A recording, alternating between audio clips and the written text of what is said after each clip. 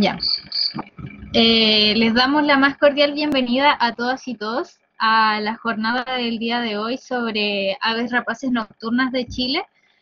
Al igual que la vez anterior, tenemos de invitado quien va a exponer el día de hoy, Matías Gutiérrez, de la ONG Aves Rapaces de Chile.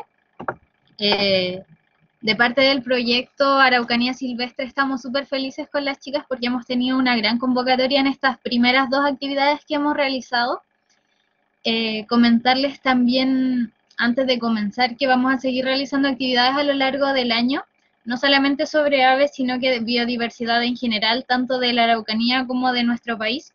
Si es que están interesadas y interesados, les invito a seguir nuestras redes sociales y estar atentas y atentos para que puedan participar de las demás actividades. La primera charla que realizamos sobre aves rapaces en general quedó grabada, está en YouTube y pueden acceder a ella desde nuestro Instagram, está el Linktree y ahí está la grabación. De todos modos, vamos a enviarla una vez terminada esta charla, vamos a enviarles la grabación anterior si es que la necesitan. Antes de comenzar, les aviso también que vamos a desactivar el chat para no interrumpir al expositor y lo vamos a volver a activar una vez que termine la charla para que puedan hacer sus preguntas. También les vamos a activar en ese momento los micrófonos que ahora se encuentran desactivados, al igual que las cámaras. Eh, y si alguien tiene algún problema de conexión, no se preocupen porque la charla va a quedar grabada si la pueden volver a revisar de manera posterior. Y ahora para presentar, bueno, quien expondrá el día de hoy será Matías Gutiérrez. Él es director del área de educación de la ONG Aves Rapaces de Chile. Es una persona que tiene mucho conocimiento en el tema y espero que realmente disfruten mucho la charla del día de hoy, que puedan resolver todas sus dudas y les saquen el jugo a nuestro expositor haciéndole las preguntas. Así que voy a deshabilitar ahora el chat y le voy a dar el paso a Matías.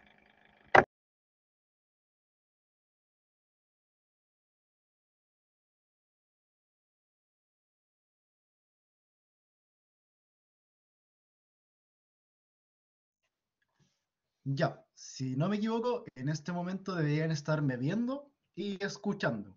Si me lo puedes confirmar, Dane, por favor, en Sí, este mismo se momento. ve tu cámara y se te escucha bien. Ya, súper, impecable. Muy buenas tardes a todos, agradecidos de la invitación que realizó Araucanía Silvestre a nosotros como ONG para poder dictar esta pequeña charla en torno a las rapaces nocturnas. Agradecido también de ti, Dane, por esa bella presentación. Y quiero complementar un poquito, comentar lo mismo que mencioné en la charla pasada, y es que yo no soy ningún experto en aves rapaces, no soy ornitólogo, no soy biólogo, no soy veterinario, soy solamente alguien que le fascinan estos pajaritos, que le gustan mucho, y que también le gusta transmitir un poco el mensaje de conservación a muchas personas a través de charlas educacionales. Todo lo que he ido aprendiendo ha sido solamente experiencia de campo y también que soy un devorador de libros, me gusta mucho aprender y leer, así que eso es lo que les quiero transmitir. Yo no soy ningún experto, pero todo el conocimiento que les voy a entregar en esta charla es con la mayor pasión y amor posible hacia las aves rapaces. Así que comencemos. Hacer un pequeño honor a quien aparece en la portada de esto, y es a la Cleo, quien es un tucúquere que fue partícipe de la ONG Aves Rapaces de Chile. Así que, para entrar de lleno en lo que es el contenido de esta charla, quiero dejarles una pregunta retórica que vamos a ir respondiendo a lo largo de toda la presentación, y es, ¿qué son las rapaces nocturnas? Hago esta pregunta porque a pesar de que hoy, en el siglo XXI, suena un poco ridículo el que digamos, oye, pero si las rapaces nocturnas son búhos, lechuzas, son estos, son estos, son esto otro. Pero hubo muchísimo tiempo, e inclusive hay gente que hoy en día piensa que las aves rapaces nocturnas no son rapaces como tal. Por un tema muy complejo, partiendo sobre todo por lo que se establece a continuación, que es una de las bases por las cuales se sienta que las aves rapaces nocturnas no sean rapaces. Porque filogenéticamente, si se dan cuenta en el clado que aparece en la presentación, no están completamente emparentadas con el resto de rapaces, ¿ya? Con los halcones, con las carimas, con los buitres o con las águilas.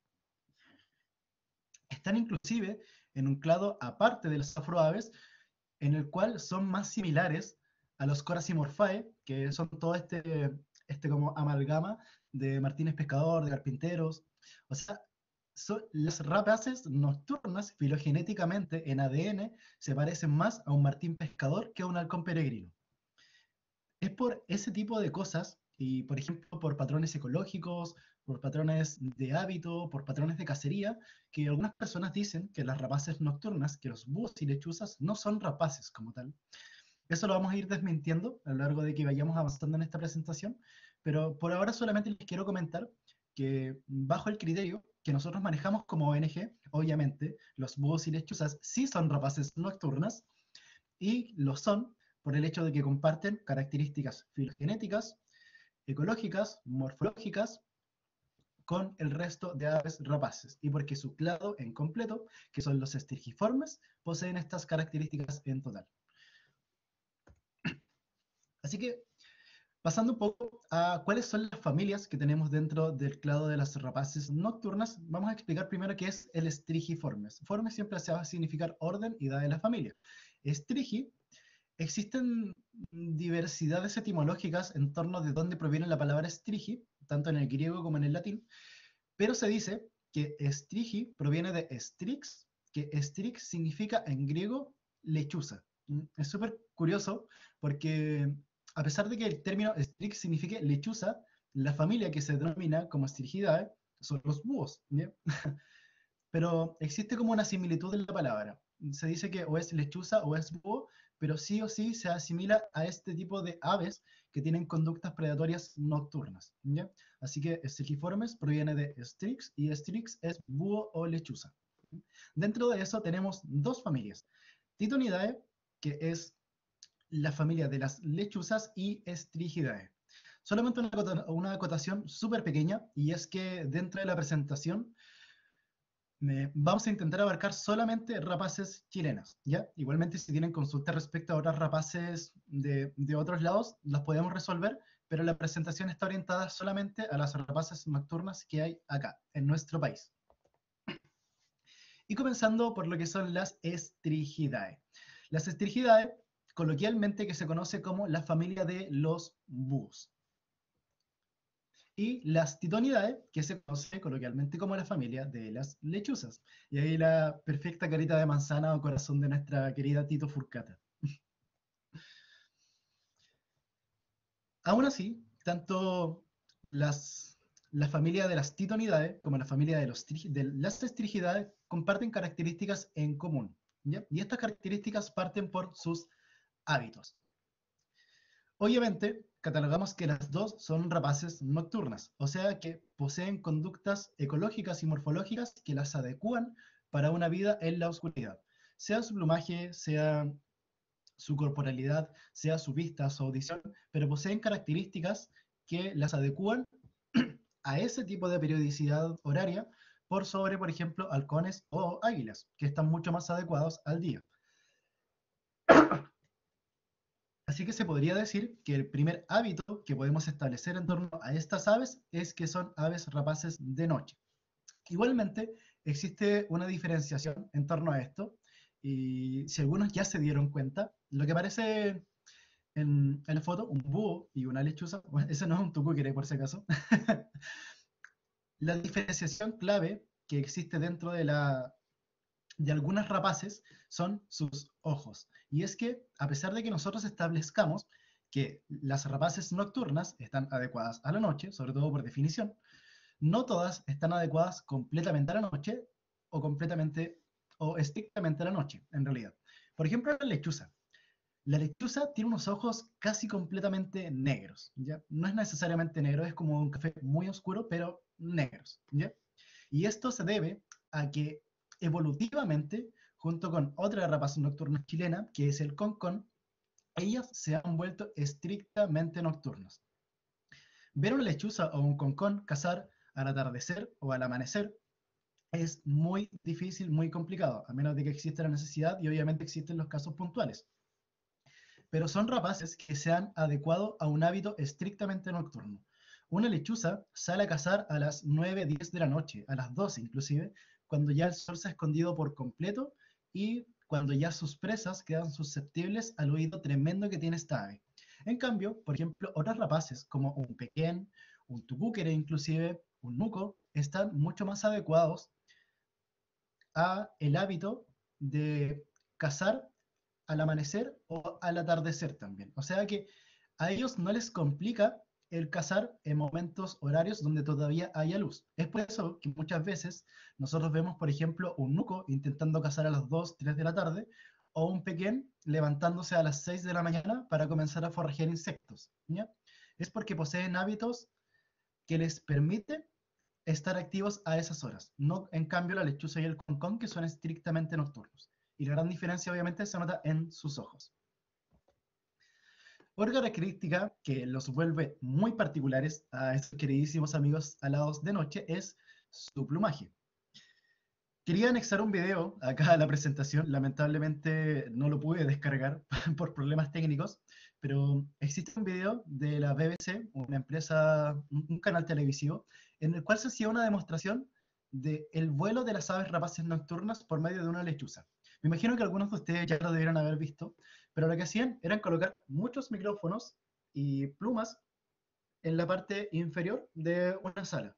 Colocaban a una paloma y a una lechuza echados en un lado y al otro lado una percha o un pedazo de comida. Y lo que hacían era realizar una comparativa auditiva en torno a cuántos decibeles de sonido elevaba el vuelo del ave. La paloma, como comprenderán, elevó mucho de esos decibeles y además las plumas que estaban en el suelo se elevaron. ¿Por qué? Porque al ser una rapaz diurna, además de aletear mucho más rápido que una rapaz nocturna, él va rompiendo el viento. Lo rompe y eso genera una audición constante. En cambio, las rapaces nocturnas, y en específico en el video que se mostraba de una lechuza, la lechuza pasó aleteando de una forma tan silenciosa que lograba que los micrófonos con suerte percibieran el sonido de su alar. O sea, la diferencia era demasiado notoria, al punto en que la lechuza al volar y aletear ni siquiera levantó las plumas del suelo. Es increíble. Y esto se debe a diferentes adaptaciones de su plumaje. Las plumas remiges o las plumas primarias o de ataque, que son las últimas primarias que están en el ala de un ave, poseen una característica muy particular y es que sus plumas están desflecadas. Son como una peineta, literal. En la imagen que aparece en la parte inferior se dan cuenta de que posee como mini púas, ¿cierto? Esas mini púas permiten que el ave rapaz nocturna, en vez de romper el viento, como por ejemplo lo hace un halcón o lo hace un águila, lo que hace es peinarlo.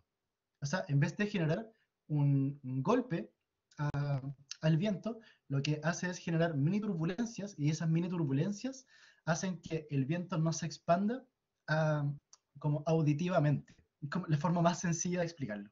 ¿Ya?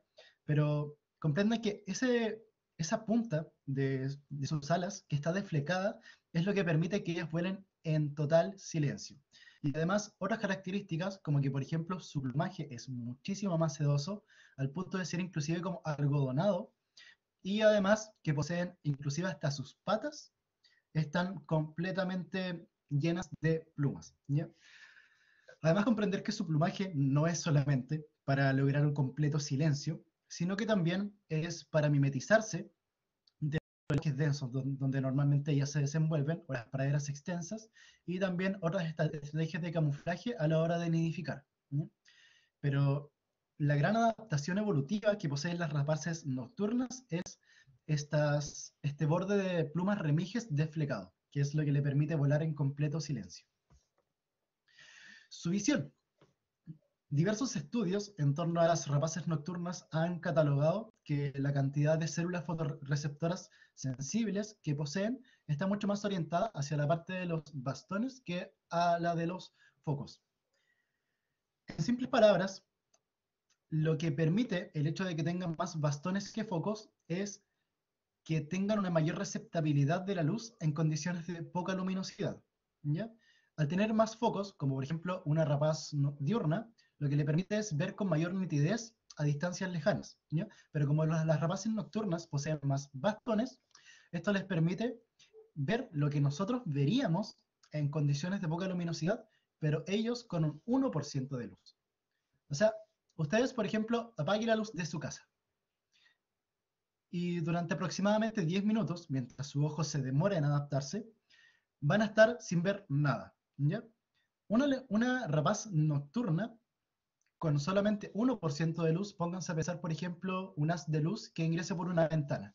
Con ese 1% de luz, ella podría ver con claridad todo lo que está alrededor de la sala, de la habitación. O sea, es increíble. Tiene una visión desarrollada y adaptada para la oscuridad.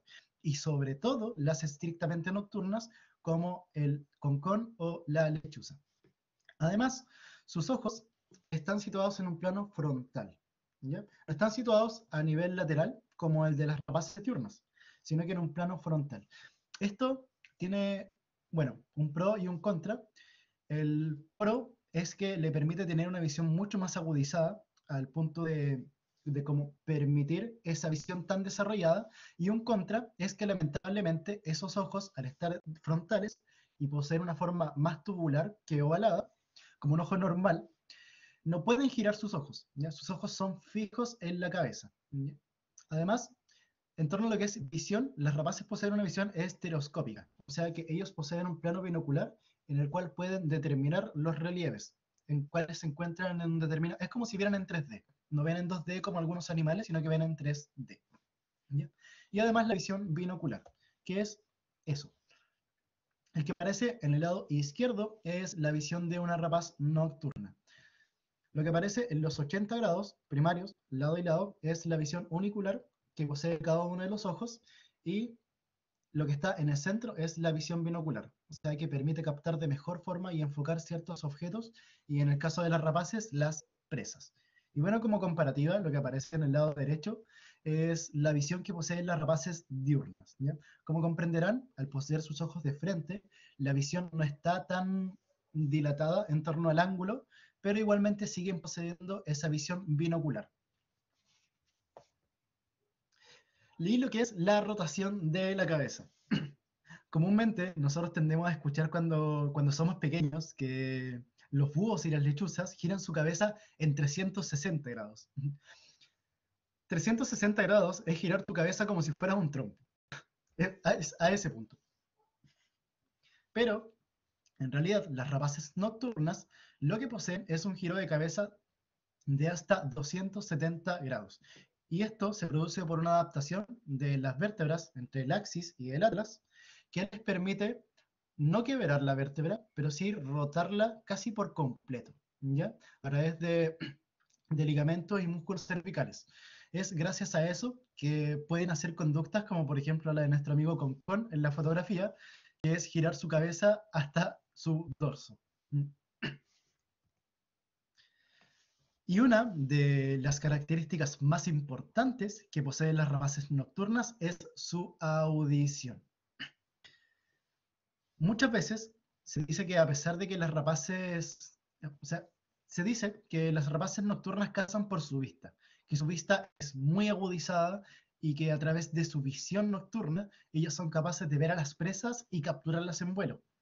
Sí, esto en parte es así, obviamente, porque son rapaces nocturnas, pero gran parte de cómo ellas realizan la cacería lo hacen a través de la audición, ¿ya?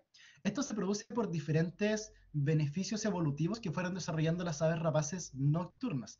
El primero es que, creo que, sí, lo tengo en la siguiente diapositiva, y es que ellos pueden desarrollar una escucha direccional, ¿ya? Al punto en el que pueden generar una tridimensionalidad de dónde proviene un sonido. Además de esto, poseen otras adaptaciones, como por ejemplo muy marcada la lechuza, que es el disco facial, el cual les permite captar de mejor manera los sonidos, y una simetría bilateral de los oídos, que vamos a ver ahora.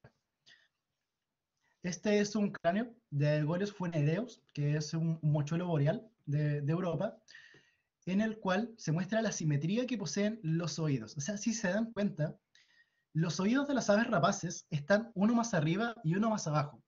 Nuestros oídos, como mamíferos, como seres humanos, están a la misma altura. Si nosotros escuchamos un sonido de frente, o en realidad, por ejemplo, orientado hacia un lugar o hacia otro, es muy difícil que calculemos con exactitud de dónde viene, porque muchas veces va a llegar al mismo tiempo a nosotros. Pero en las rapaces nocturnas, lo que ocurre es que ellas poseen un oído más arriba, otro más abajo, y poseen uno más adelante y otro más atrás. Lo que genera esto es que si yo, por ejemplo, soy una lechuza y estoy cazando perchadita en un árbol y escucho un sonido que viene desde la izquierda, lo que me permite tener un oído más arriba y más abajo es que yo sé exactamente desde a qué altura viene por la diferencia en la captación de sonido. Si, por ejemplo, ese sonido que se generó a mi izquierda, yo puedo identificar que a mi oreja derecha llegó, no sé, 0,03 segundos más tarde, significa que la presa está a 2,5 metros más abajo, en el lado izquierdo, en una diagonal. O sea, la capacidad de tridimensionalidad que poseen las aves rapaces nocturnas es increíble. Es más, hay un video que circula por YouTube en el cual utilizaron como, creo que era un búho virginiano, que lo dejaron en una habitación junto con un roedor. Y utilizaban cámaras infrarrojas que no pueden captar las aves rapaces nocturnas ni el roedor para poder ver qué es lo que hacía el tucúquere, o sea, el búho virginiano. Y lo que ocurría es que se demoraba aproximadamente 2 minutos en que ingresaba a la sala, comenzaba a escuchar al roedor cómo caminaba y con una precisión casi divina, lo que hace es lanzarse de una rama y cuando el roedor va pasando muy por abajo suyo, él como que calcula la trayectoria por la cual va a seguir pasando el roedor y se lanza y lo captura. O sea, es increíble cómo son capaces de triangular la posición de un animal, de una presa, por medio de su audición. Es uno de los órganos más desarrollados auditivamente de la naturaleza y sobre todo de las aves. Y en este caso, un ejemplo de cómo ellos también utilizan la rotación de su cabeza en 270 grados y la capacidad de tener tantas vértebras para movilizar el cuello y dimensionar de dónde proviene el sonido. Y otra característica que poseen estas queridísimas rapaces nocturnas es las patas cigodáctilas, o en realidad más que cigodáctilas, es una cigodactilia adaptativa. Recordemos que las aves rapaces poseen cuatro dedos, ¿cierto? Y el cuarto dedo de estas rapaces es adaptativo en el sentido que lo pueden dejar 3 hacia adelante y uno hacia atrás, o pueden colocar 2 hacia adelante y 2 hacia atrás, movilizando este cuarto dedo hacia adelante o hacia atrás. Es una psigodactilia adaptativa, ¿no? Y es increíble porque gracias a esta psigodactilia ellos pueden capturar de mejor forma a sus presas y con esa psigodactilia adaptativa, moviendo o sea, su cuarto dedo hacia adelante, pueden percharse en lugares, por ejemplo, como una rama y mantenerse fijos en esa posición.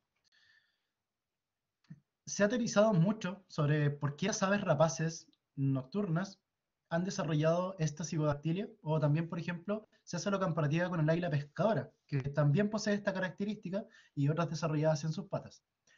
Y gracias a la similitud que se saca con el águila pescadora, que comprenderán que los peces son muy refalosos a la hora de querer capturarlos, se dice que esta cigodactilia, las rapaces nocturnas la desarrollaron por el hecho de que si yo soy un tucúquere y estoy en el bosque y tengo que cazar un ratón, que es una cosa demasiado escurridiza, ¿qué me conviene más a mí? Tener 3 patas hacia adelante y una hacia atrás, con la posibilidad de que el ratón se me escape por esa patita de atrás, o tener 2 hacia adelante y 2 hacia atrás, para que de esa forma el área, la superficie con la cual puedo capturar al ratón, sea mayor.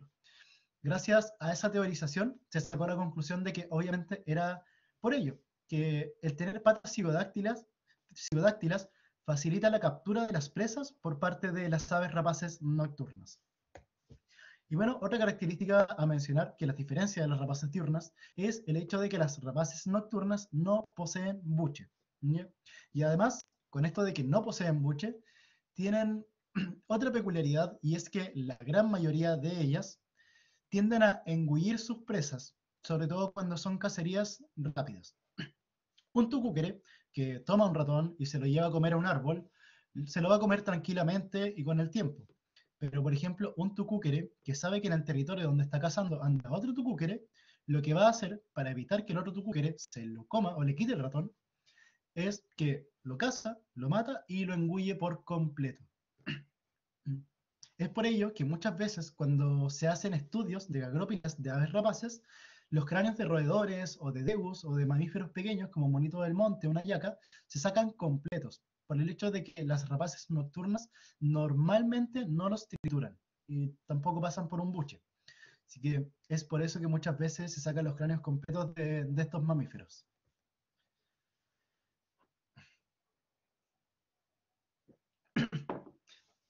Y ahora pasando por completo a lo que son las queridísimas rapaces nocturnas de Chile. Voy a mencionar solamente 6, dejando de lado lo que es el chuncho del norte, porque poseen muchas características parecidas a lo que es el chuncho austral. Así que los voy a mencionar a los dos juntitos. Y partiendo por nuestra queridísima amiga la lechuza, de nombre Tito furcata. Existe una como suerte de diferenciación que se produjo hace muy poquitos años en torno a lo que es la Tito furcata y la Tito alba. En algunos lugares de América todavía se le conoce a la lechuza como Tito alba por el hecho de que quizás no se ha hecho la actualización correspondiente. Y es que hace algunos años la Universidad de Audubon realizó un estudio filogenético en el cual tomaban lechuzas de América y lechuzas europeas y a través de estudios genéticos se sacó que al final existía como una diferenciación filogenética en torno a las dos aves rapaces. Para hacerlo simple, una lechuza europea fue hacia América y después los continentes se separaron. Nunca más se cruzaron, nunca. Y lo que ocurrió fue que esa lechuza que se encontraba en América y la lechuza que se encontraba en Europa evolucionaron de forma muy similar solamente por convergencia evolutiva, ¿ya? O sea que tenían las mismas costumbres, cazaban lo mismo, nidificaban de la misma forma, poseían los mismos patrones de color, y esa convergencia evolutiva hizo que nosotros pensásemos durante muchos años que eran la misma especie. Pero gracias a los estudios genéticos que hay hoy en día, sabemos que no. La Tito furcata es una, la americana, y la Tito alba es otra, la europea. Pasando un poco las características de estas aves rapaces, son aves rapaces de tamaño medio, de aproximadamente 38 a 45 centímetros de alto y unos 104 120 centímetros de envergadura alar. Son rapaces que, como mencioné antes, estrictamente nocturnas, que están adecuadas a una vida muy de noche y poseen algunos patrones para la diferenciación entre macho y hembra. Esto es solamente tendencial, no hay investigación científica o papers que lo avalen al 100%, solamente algunos que teorizan respecto a esto, y es que se dice que la Tito furcata macho es más blanca y la Tito furcata hembra es muchísimo más oscura. Acá, por ejemplo, una diferenciación un poco más clara. Si se dan cuenta, la de la izquierda tiende a ser un poco más clarita de rostro, de dorso y de plumaje ventral, y la de la derecha tiende a ser un poco más oscura, ¿ya? Tanto en vientre, en cara, como en el dorso. Existe esa diferenciación, obviamente otras como por ejemplo el tamaño y la más simple de diagnosticar a través de la puesta de huevos, pero tendencialmente a nivel de morfo esa es como la que existe o la que se ha estudiado. Mencionar que la lechuza es una de las mayores controladoras de roedores que tenemos en Chile, tanto de roedores introducidos como nativos, y ella es capaz de consumir sola al día entre 2 a 3 roedores. Lo mismo que mencioné en la charla pasada, para las personas que no estuvieron, se los voy a mencionar ahora, y es que esta lechuza es una aliada nuestra, al punto en que gracias a ella, las poblaciones de roedores que pueden transmitir el anta, como un Oligorhizomis longicaudatus, un ratón de cola larga, no han proliferado, porque una lechuza sola es capaz de cazar entre 1000 a 1250 ratones en un año. Pero, ¿y su pareja? ¿Y las crías que tienen en el nido que tienen que alimentar? Una lechuza es súper prolífica, o sea, se han descubierto nidificaciones en Norteamérica de hasta 8 polluelos nacidos y que proliferan y salen a la naturaleza. O sea, 8 polluelos es muchísimo. El padre tiene que estar como loco, y bueno, y la madre también, todos los días buscando ratones para alimentar a 8 polluelos. Pero pónganse a pensar el control biológico que realiza esta ave. O sea, es increíble. Siendo 8 polluelos, más el padre, más el madre, son 10, multiplíquenlo por 365 y por 2 a 3 ratones por día. O sea, llegan a ser casi 12.000 ratones en un año. Es una cifra fantástica. Son muy buenos controladores de roedores introducidos. Y además son consumidores de otras aves pequeñas y también insectos en algunos casos o reptiles. Acá un ejemplo muy claro, cortesía de nuestro queridísimo amigo Mauri del Valle, de Duque Rapaz, de lo que es una dieta de lechuza. Esto es una disgregación de una egagrópila en la cual se descubrió un ratón común y ahí se puede demostrar que todos los huesitos que al final no se trituran a nivel bucal, como la lechuza engulle por completo la presa, después se pueden sacar de la egagrópila que ella regurgita. Para las personas que no saben qué es una egagrópila, es simplemente un bolo de pelos, huesos, queratina, de partes que el ave no puede procesar y que como no las puede procesar, las regurgita con los movimientos peristálticos de su esófago, que muchas veces se confunde como por ejemplo con la gente que algunas veces es inexperta en torno a las aves, dicen, ah, esas son las heces de las rapaces, y en realidad no, son simplemente bolos regurgitados de partes que ellos no pueden digerir, y que a nosotros nos sirven muchísimo para hacer estudios de dieta en torno a estas rapaces. El segundo amiguito que nosotros tenemos en Chile es el concón, el chonchón o inclusive el tuetué, que en algunos casos le dicen. Ah, el concón posee en Chile dos subespecies, el Strix rufipes y después una que es endémica del archipiélago, que es el Strix rufipes samborni. ¡Ay! Se me pasó algo muy importante y es que yo a la presentación les había anexado vocalizaciones de las diferentes aves. Así que para que la puedan conocer, les voy a colocar la vocalización de la lechuza.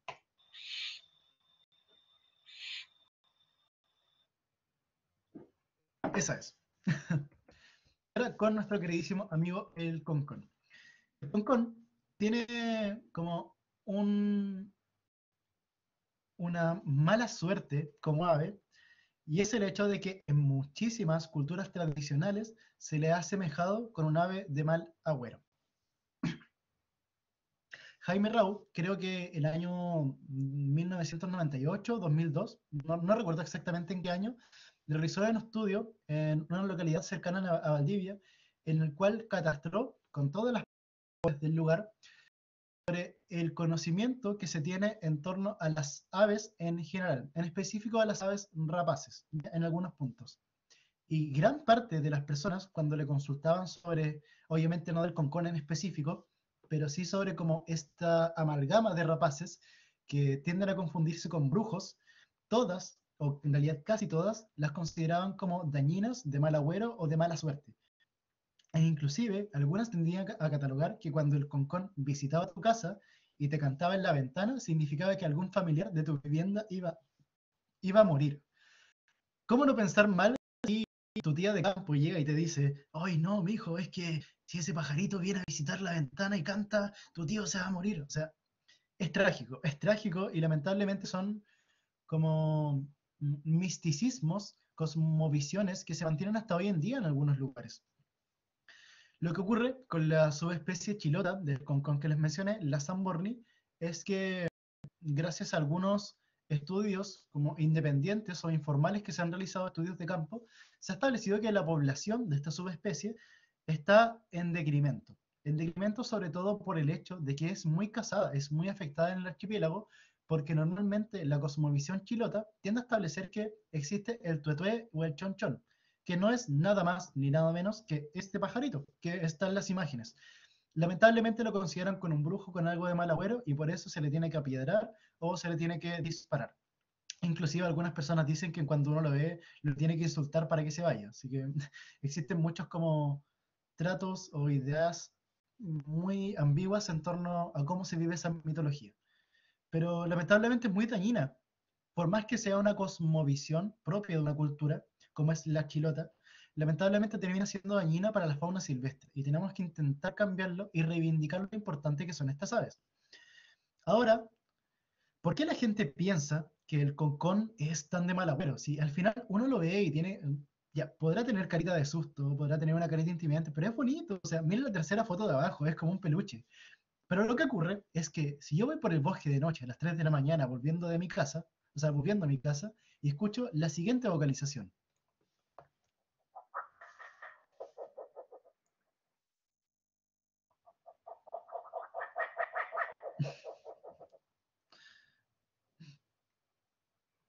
personalmente la vocalización del concón me encanta, la encuentro muy bonita y muy particular dentro del mundo de las aves rapaces, pero si yo soy una persona de campo que no conoce sobre aves rapaces, que tengo un poco arraigada esa cosmovisión en torno a lo dañinas que son las rapaces nocturnas, y escucho esa vocalización a las 3 de la mañana, créanme que también me va a dar miedo. Así que es por eso también, es más, esa es solamente la vocalización territorial del concón, pero tiene otras en las que hace como una vaca, como una cabra, como una niña llorando, así que es como bastante tétrico a nivel de vocalizaciones como ave. Pero eso no hace que sea menos importante. Bueno, el concón, por lo demás, es una rapaz de tamaño pequeño a mediano, no mide más de 30 a 33 centímetros de largo, así que es una rapaz más o menos pequeñita, y como les mencioné, es estrictamente nocturna. Si se dan cuenta, sus ojos son como un cielo estrellado, o sea, son muy, muy bonitos, son casi completamente oscuros, y es gracias a esto que, bueno, también gira en torno a la mitología que se genera, porque no es una rapaz que tengamos, que uno tienda a ver a las 7 8 de la tarde, sino que un concón con suerte lo vas a encontrar a las 1 de la mañana recién saliendo a cazar. Y como la gente no lo ve de día, obviamente al pensar que solamente sale de noche, piensa que son brujos. También, al igual que nuestra queridísima amiga la lechuza, es un excelente controlador de roedores. Y una imagen que aparece al lado derecho de la diapositiva, que es un concón polluelo, un polluelito juvenil. Y nuestro queridísimo amigo el tucúquere, el búho magellanicus o búho magellanicus, o sea, búho virginianus magellanicus. Existe todavía una disyuntiva en torno a si el búho magellanicus, el que se encuentra en la zona sur de Perú y también paralelo a nosotros en Argentina, es búho magellanicus o búho virginiano magellanicus, o sea, una subespecie del búho virginiano que se encuentra en todo el continente americano. Esto ocurre porque el búho virginiano es un poco más grande en general que el tucúquere que nosotros tenemos en Chile y además existen algunas diferenciaciones en patrones de colores a nivel corporal, a nivel de morfo. Por eso algunos autores clasifican al búho virginianus magellanicus como una especie aparte, como búho magellanicus solamente, ¿ya? Pero eso solamente para que lo tengan en consideración. Todavía los comités de clasificación taxonómica, como el SAC o el SACC, no el Servicio Agrícola y Ganadero, sino que el comité, o sea, el Comité Sudamericano de Clasificación Taxonómica en español, o la UICN, no han clasificado del todo a esta especie como una aparte. Pero nosotros, como nos gusta ser independientes dentro de la ONG, pensamos también que es una especie aparte. Así que ese es como nuestro pensamiento personal. Y sobre todo porque sería genial también tener una especie aparte dentro de las fronteras chilenas y no solamente una subespecie de un ave que se encuentra en todo el continente americano. El tucúquere proviene con su nombre de la vocalización onomatopéyica, que es la que tenemos, no funciona el mouse, ahora sí, aquí.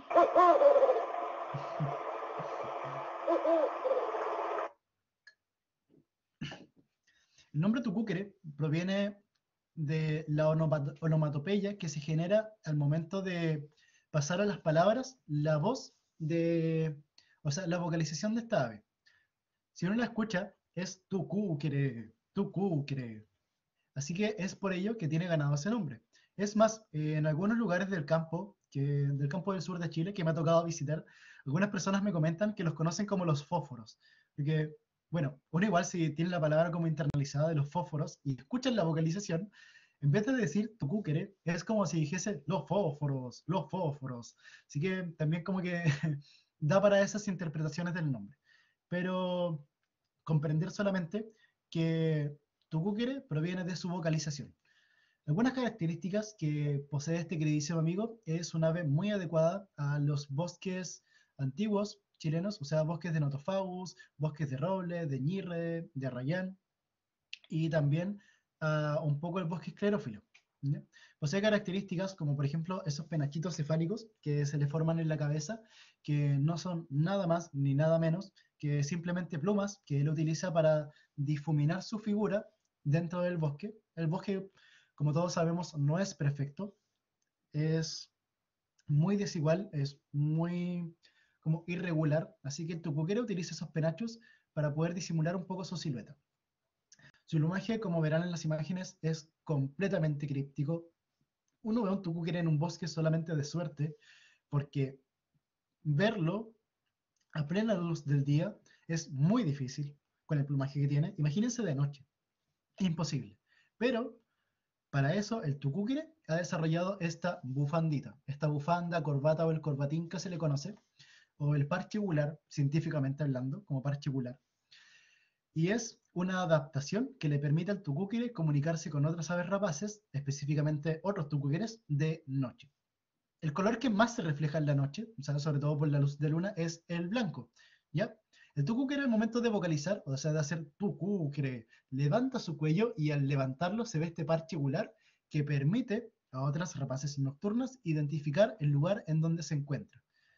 Esto pasa muchas veces cuando, por ejemplo, un tucúquere se encuentra con otro tucúquere en un lugar de cacería y como vocalizar de forma territorial, levantan su parche gular para decir, aquí estoy yo, no te acerques. Otras fotitos de lo que es un tucúquere y a la aparece un queridísimo amigo tucúquere Poyulito, un juvenil. Y si se dan cuenta, a pesar de tener formado su plumaje, todavía no tiene formados los penachos cefálicos.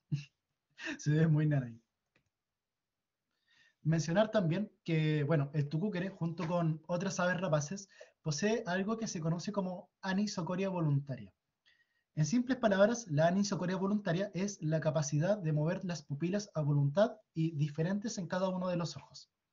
Si, por ejemplo, el tucúquere le llega una luz muy fuerte desde el lado izquierdo, lo que hace es o dilatar o achicar su pupila para adaptarla a la luz de forma voluntaria. Eso le permite adecuarse muy bien a ciertas condiciones de luminosidad.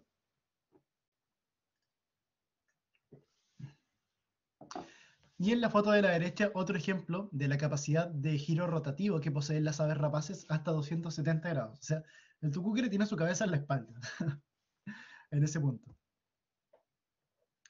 Llegado a otras imágenes que evidencian lo críptico de su plumaje, en algunos casos siendo más claro en la época juvenil y un poco más oscuro, como se ve en la imagen de abajo en la época adulta, pero con un plumaje siempre, pero siempre adecuado al mimetismo en los bosques chilenos. Siguiendo con nuestro queridísimo amigo, el Glaucidium nana, que es el chuncho. Aquí paso a mencionar que existe otra especie, que es el Glaucidium peruanum, que es el chuncho del norte. Las diferenciaciones, además de la distribución que posee por el hecho de ser del norte, es que el chuncho del norte se encuentra solamente en la zona de Arica y un poco más inferior, ¿ya? No se escapa tanto de esos, como de esas latitudes. Y además es un poco más pequeño que el chuncho austral, que es el que está en las diapositivas, y además su vocalización es un poco más rápida. O sea, distribución, tamaño, vocalización. Son las tres cosas que diferencian al chuncho austral, el Glaucidium nana, del chuncho del norte, Glaucidium peruano. Pero el resto son muy parecidas. El chuncho es una rapaz de tamaño medio. Les voy a enseñar a hacer el ejemplo para que ustedes puedan cuantificar cuál es el tamaño de esta ave.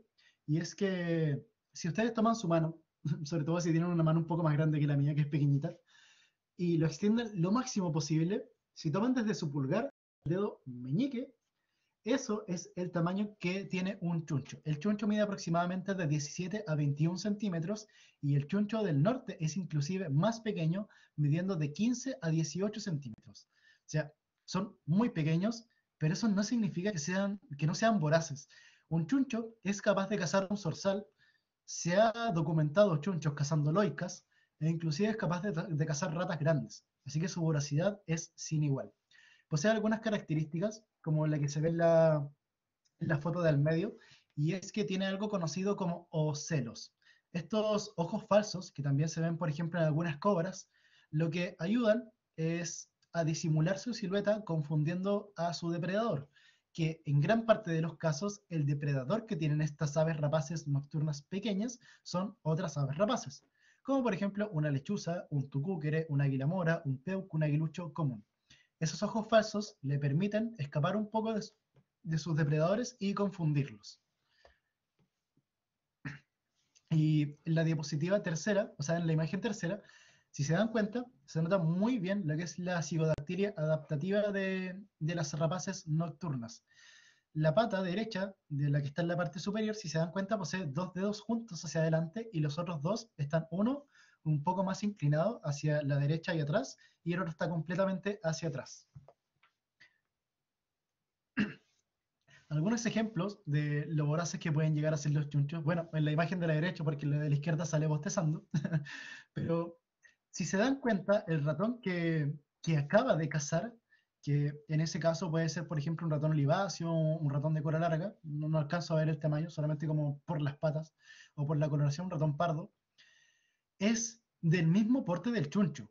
O sea, es como que, por ejemplo, no sé, ustedes intentan levantar lo mismo que pesan corporalmente. Y él perfectamente lo caza, lo agarra con sus patas y se lo lleva a comerse una rama. O sea, la capacidad y la fuerza que tienen proporcionalmente es increíble, es muy, muy, muy fuerte. Ah, y acá está el ejemplo de el chuncho que logró cazar una loica juvenil. O sea, si tienen una regla a mano, saquen la proporcionalidad. O en realidad háganlo con su mano. Acérquense a la pantalla, tomen el tamaño del chuncho desde la cabeza hacia las patas, gírenlo hacia la loica y se van a dar cuenta que la loica, desde cabeza, porque en este caso se esconde la cabeza, o sea, la cabeza está como en la parte inicial de la cola, hasta las patas es casi una loica y medio de tamaño. O sea, y el chuncho es tan depredador que fue capaz de capturarla cayendo en su cabeza y matándola al instante. O sea, es increíble, es voraz y una de mis rapaces nocturnas favoritas, por lejos. Es increíble. Y nuestro queridísimo amigo el pequencito. El pequencito, como mencionaba al inicio de la presentación, es de hábitos muchísimo, pero muchísimo más diurnos que otras rapaces nocturnas. El pequeñ es un ave que perfectamente nosotros la podemos ver forrajeando a las 2, 3 de la tarde sin ningún problema, con todo el sol cayéndole en la espalda y él no se va a hacer ningún problema porque evolutivamente se ha ido adaptando a estos horarios de periodicidad. Y esto ocurre, bueno, teorizando con algunos colegas, algunos conocidos, esto ocurre sobre todo porque el pequeño es un búho de madriguera, ya se le conoce como mochuelo de madriguera, por el hecho de que utiliza oquedades subterráneas, cuando por ejemplo las raíces de los árboles se levantan o cuando los conejos hacen una madriguera para poder nidificar. Y de noche, los grandes depredadores que poseen los pequeños son los zorros, ¿ya? Zorros, en este caso perros ferales o gatos ferales inclusive. Y lo que ocurre es que estando de noche es muy difícil defenderse, pero el zorro normalmente no tiende a cazar tanto cuando el sol está demasiado fuerte porque las presas lo ven muchísimo más rápido, caza mucho más de noche. Así que es bajo esta premisa que se teoriza que, considerando que uno de los grandes depredadores que tiene el pequeño puede llegar a ser el zorro o este tipo de mamíferos predadores, él se adaptó a forrajear lo que él normalmente come, que son roedores e insectos, durante la luz de día. Eso solamente como una teoría para que ustedes la puedan tener en consideración. Pero es una rapaz muy, pero muy adaptada más al día que a la oscuridad, a pesar de que siga siendo, por características ecológicas y morfológicas, una rapaz nocturna. Y aquí la vocalización de nuestro queridísimo pequeño.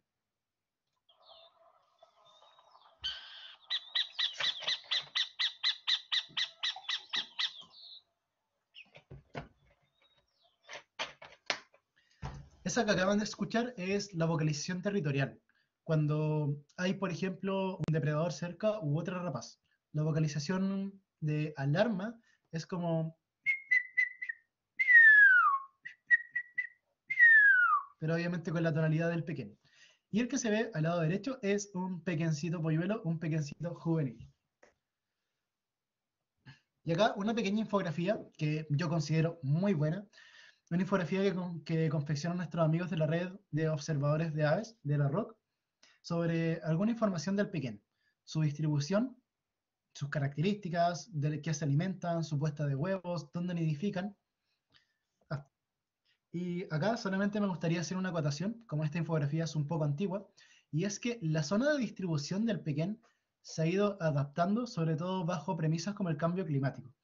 Antes, me refiero a 1990, años 2000, se establecía que el pequén llegaba solamente hasta Valdivia.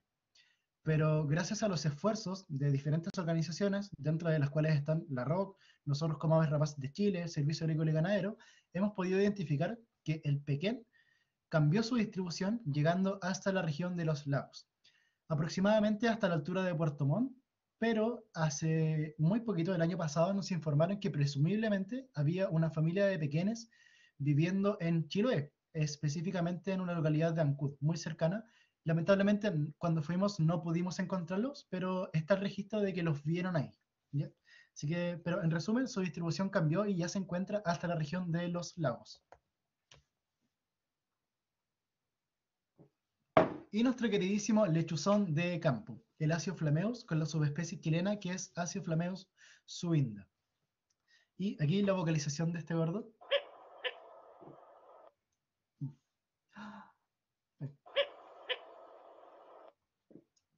Que es como si nosotros nos damos un orificio de la nariz e intentásemos gesticular un sonido. O sea, es muy como, quizás cómica su vocalización, es muy rara de imitar y también es muy particular como rapaz nocturno. Es un búho que también está muy distribuido a nivel mundial. El núcleo lo podemos encontrar tanto en el continente asiático, europeo, como en Norteamérica. Y es muy adecuado a lo que son praderas. Se encuentra, por ejemplo, en praderas, humedales, pajonales, cazando sobre todo roedores. Tiene un método de caza muy activo, no tan pasivo como, por ejemplo, un chuncho o un tucúquere, sino que lo que él hace es recorrer vastas extensiones de praderas buscando roedores, y cuando los encuentra se suspende en el aire, calcula bien el lugar donde va a caer y se lanza en picada. Además, bueno, el plumaje críptico que se puede ver en las imágenes le permite tener una condición de nidificación muy particular en comparación a las otras rapaces. Las rapaces nocturnas por lo general nidifican en oquedades, o sea, en estos orificios que se ven en los árboles, o en nidos abandonados de otras aves rapaces. E inclusive, aves como el concón se han documentado nidificando en suelos en lugares donde no hay oquedades en los árboles ni nidos que utilizar. Esto no recuerdo exactamente dónde fue documentado, pero en un bosque de pino radiata introducido se encontró un nido de concón en el suelo, en este como pajonal que se genera por la hoja de pino, se encontró nidificando ahí. Pero el nuco, de por sí, como base, nidifica en el suelo, muy similar al pequeño que lo hace en madrigueras, pero el nuco lo hace encima de pajonales. Es por eso que realizar estudios de nidificación de nuco de Acio flameus es súper complejo, porque pónganse a pensar que un nuco, además de tener un territorio muy grande de cacería y de territorialidad, lo que hace es meterse en un pajonal, comenzar a juntar ramitas y en medio del pajonal, del humedal, hace su nido. Es súper difícil encontrarlo, demasiado, se complica mucho y además esta conducta de caza, o sea, de nidificación, hace que obviamente el nido funcione en temporada seca, en primavera-verano, pero ya cuando llega el invierno, las lluvias, el humedal sube, el pajonal sube y el nido se destruye. Así que muchas veces no se consiguen registros de nidos utilizados por nucos. Aquí un símil de lo que yo les mencionaba, y es la cacería activa que posee esta ave. O sea, vuela por praderas muy extensas, se suspende en el aire y cuando ve a su presa se lanza en picada hacia ella.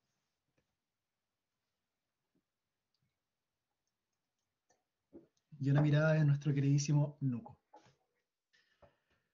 A continuación les quiero hacer como una pequeña comparación de las rapaces. Esto gracias y cortesía de Mauri, el mismo de la imagen anterior, de parte de Educa Rapaz. Los invito a que lo sigan a él en redes sociales, Instagram y Facebook, porque sube un contenido increíble y además como persona ha sido una de las personas que estos últimos años ha colaborado muchísimo con la rehabilitación de aves rapaces en Chile. Así que el contenido que sube es excelente y la experiencia que tiene en campo es increíble. Acá la comparación, un poco sobre lo que yo les mencionaba. Obviamente estos son como estimativos de cuánto puede llegar a medir una ave rapaz. Un poco más, un poco menos, pueden variar inclusive. Pero si se dan cuenta, el chuncho del norte, que es el más pequeño, de 15 a 17 centímetros, y el tucúquere, que es el más grande, de 48 a 50. Esta es otra comparativa hecha por Educa Rapaz y es la diferenciación de cráneos que posee cada una de las rapaces. Si se dan cuenta, anatómicamente no son muy diferentes, o sea, poseen una prolongación inicial del pico bastante agudizada, pero la parte final, o sea, la parte ganchuda del pico es mucho más cerrada que en rapaces diurnas. Lo mismo en el resto de aves rapaces nocturnas. Y acá, otra diferenciación de plumaje entre tucúquere, lechuza, nuco y pequén. Lo que más se nota de estas imágenes es que todas son completamente crípticas, adecuadas a una cacería perfectamente camuflada y además una nidificación que les permita pasar desapercibidos de algunos otros depredadores. Sobre todo, por ejemplo, en el caso del nuco, que queda muy susceptible a perros o gatos ferales o zorros. Pero si se dan cuenta, todas poseen este patrón lineado que genera un mimetismo increíble. Ahora vamos a hablar un poco sobre cuáles son los grandes problemas de conservación que poseen estas aves rapaces nocturnas. En la charla anterior ya mencioné algunos, pero aquí solamente me quiero centrar en este tipo de rapaces. El primero es la colisión por vehículos. Esto, sobre todo, es algo que afecta en gran parte a Tito furcata, a la lechuza americana. Ocurre, lamentablemente, sobre todo porque en realidad ocurre en base por inconsciencia nuestra. La base parte siempre del mismo origen. Vamos en la carretera comiendo un paquete de galletas, comiendo una hamburguesa, un pancito, y tiramos el envoltorio para afuera. O inclusive, en muchos casos, los desechos domiciliarios que se dejan a orilla de carretera, por el viento, caen del basurero y se los lleva al camino. Y como las carreteras normalmente tienen cunetas, caen en la cuneta. O en la misma agua de los domicilios hace que se genere basura en estas cunetas. Esa fuente de alimentación que nosotros tiramos como seres humanos es muy amplia para los roedores, ¿ya? Que queda a orilla de carretera. Pero ¿qué es lo que genera? Si un roedor se encuentra comiendo a orilla de carretera, la lechuza llega, se para en el poste que está más cercano, se lanza en picada a comer el ratón y justo pasa un camión, un auto, una camioneta, encandila a la lechuza con los focos de luz que esto posee. La lechuza encandilada tiende a dirigirse hacia el vehículo, la colisiona, choca y muere. Es algo que se vive todos los días. Nosotros como ONG hemos realizado 2 viajes de Puerto Montt a Santiago catastrando información en torno a cuántas lechuzas encontrábamos. En un viaje encontramos 114 lechuzas, algunas otras aves rapaces, y en el segundo viaje encontramos 74 lechuzas atropelladas, solamente en la ruta de ida, Puerto Montt Santiago, y encontramos dos tucúqueres, un concón, una huiña, y queltéhues muchísimos, tiuques muchísimos también, pero el tema de la colisión de vehículos impacta muchísimo, sobre todo a las aves rapaces nocturnas, por el hecho del encandilamiento que se genera y por la cantidad de roedores que habitan a orilla de camino. Es muy peligroso, no solamente para las aves rapaces. O sea, pónganse a pensar que ustedes van con su familia, no sé, de vacaciones a Valdivia y en la carretera pasan a colisionar con algún animal, no solamente rapaces. Es un peligro para ustedes. Pónganse a pensar que si el animal choca con ustedes, puede romper el parabrisas, generar un descontrol y ustedes volcarse. A nivel de concesionarias, nosotros deberíamos reclamar porque existan políticas privadas en ese caso que permitan evitar la colisión de fauna silvestre con los vehículos. Pónganse a pensar que en Chile nosotros perfectamente podemos chocar, por ejemplo, con un pudú. O sea, en Chiloé viven atropellando pudús. Creo que si no me equivoco, la cifra exacta que lleva catastrado la organización Chiloé Silvestre desde inicios de 2001 hasta ahora es de 22 pudús encontrados atropellados solamente en el archipiélago de Chiloé. Es una cifra increíble y es súper riesgoso para nosotros también, no solamente pensando en las aves rapaces. Así que en ese sentido también los invito a que si ustedes trabajan en una concesionaria de vehículos, o sea, de carreteras, o conocen a alguien ahí, coméntenle esto. Nosotros hemos intentado elevar esta información como ONG, enviando documentación a las concesionarias sobre lo peligroso que se genera.